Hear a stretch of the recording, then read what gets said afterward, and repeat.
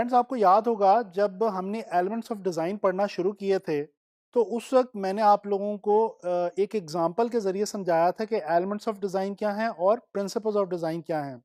मैंने आपको ये बताया था कि एलिमेंट्स ऑफ डिज़ाइन अगर डिज़ाइन के इंग्रेडिएंट्स हैं तो इस तरह से प्रिंसिपल्स ऑफ डिज़ाइन जो है वो डिज़ाइन की रेसिपी है, यानी कि वो प्रिंसिपल्स, वो रूल्स जिनको फॉलो करके हम अच्छे से अच्छे डिज़ाइंस क्रिएट कर सकते हैं।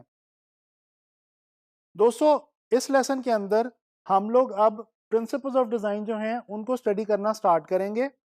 पहला प्रिंसिपल ऑफ डिज़ाइन जो मैं आप लोगों को इस लेसन में बताने वाला हूं वो है बैलेंस। दोस्तों, बैलेंस का मतलब है equal distribution of visual wait.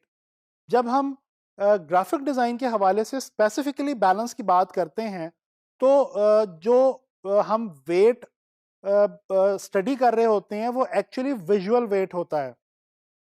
यानी कि अगर विजुअली चीज़ों को इस तरह से या तो प्लेस किया जाए या उनके कलर्स को इस तरह से रखा जाए या उनके साइजेस या स्केल्स को इस तरह से मैनेज किया जाए अपने डिज़ाइंस के अंदर कि किसी खास एलिमेंट का वेट हमें ज़्यादा लगे देखने में और किसी खास एलिमेंट का वेट हमें कम लगे, तो इसी का नाम है बैलेंस।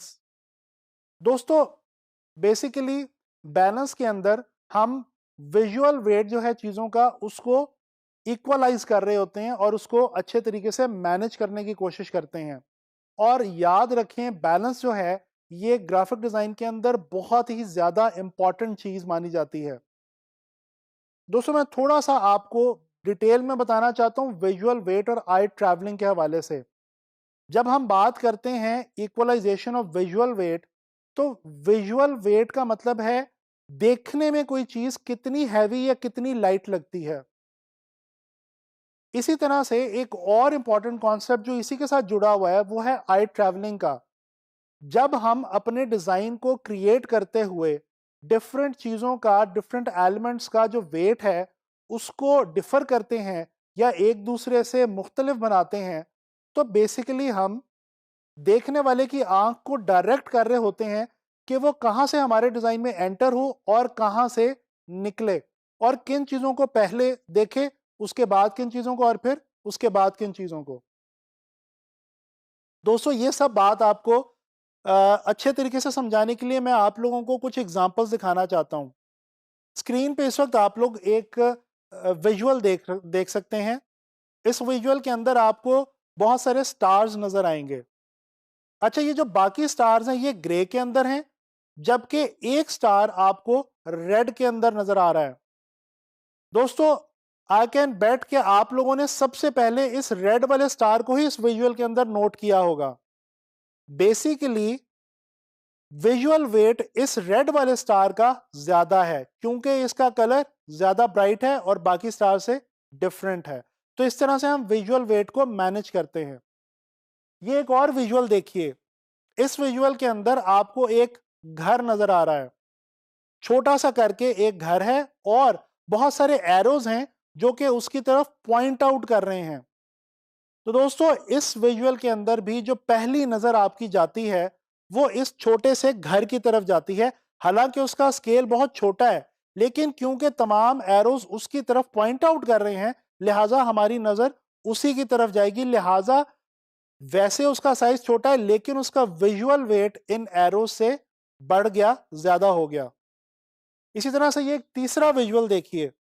इसमें आपको बहुत सारे खरगोश नजर आ रहे हैं, लेकिन आपने जिस खरगोश को सबसे पहले नोट किया होगा वो वाला है जो बाकियों से कुछ डिस्टेंस के ऊपर प्लेस किया गया। दोस्तों, इन एग्जांपल्स की मदद से मैं उम्मीद करता हूं कि आपको विजुअल वेट के बारे में समझ आ गई होगी। बैलेंस का ताल्लुक बेसिकली विजुअल वेट को मैनेज करने से ही है। अगर आप अपने डिजाइन्स को बनाते हुए विजुअल वेट को अच्छे तरीके से मैनेज कर सकते हैं तो दैट मीन्स कि आपका डिजाइन जो है उसके अंदर बैलेंस मौजूद है और वो एक बैलेंस डिजाइन है। दोस्तों, आमतौर पे बैलेंस को डिजाइन के हवाले से इस कदर अहमियत हासिल है कि कहा यह जाता है कि अगर कोई इंसान अपने इर्द गिर्द, अपने एटमॉस्फेयर में बैलेंस को क्रिएट करना या उसको मैनेज करना जानता है तो वो एक अच्छा ग्राफिक डिज़ाइनर बन सकता है। इसकी एक मिसाल छोटी सी मैं आपको ये देता हूँ कि अगर आप किसी के घर जाते हैं या किसी भी जगह पे जाके बैठते हैं और वहाँ पे दीवार पे कोई तस्वीर टेढ़ी लगी हो और आपका दिल करे उसको देख के कि मैं इसको सीधा कर दूं, बैलेंस कर दूं, तो जान लीजिए कि आपके अंदर एक ग्राफिक डिजाइनर बनने के जरासीम लाजमी तौर पे मौजूद हैं। चलिए बात करते हैं उस आखिरी कॉन्सेप्ट की जो बैलेंस के हवाले से मैं आपको बताना चाहता हूं। बेसिकली बैलेंस की आम तौर पे 3 टाइप्स हुआ करती हैं। एक होता है सिमेट्रिकल बैलेंस, एक होता है एसिमेट्रिकल बैलेंस और एक होता है रेडियल बैलेंस। दोस्तों जो सिमेट्रिकल बैलेंस है, ये वो बैलेंस होता है जिसके अंदर तमाम साइड्स हमें हॉरिजॉन्टली या वर्टिकली या हॉरिजॉन्टली और वर्टिकली एक जैसी ही लगती हैं।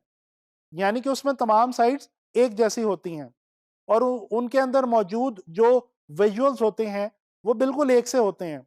अगर किसी भी सिमेट्रिकल डिजाइन को सेंटर से कट किया जाए वर्टिकली या हॉरिजॉन्टली, तो उसकी दोनों तरफ बिल्कुल एक जैसा विजुअल आपको मिलेगा। इसके अलावा जो एसिमेट्रिकल बैलेंस है, ये वो बैलेंस है जिसमें साइड्स जो हैं वो जरूरी नहीं कि एक जैसी हों।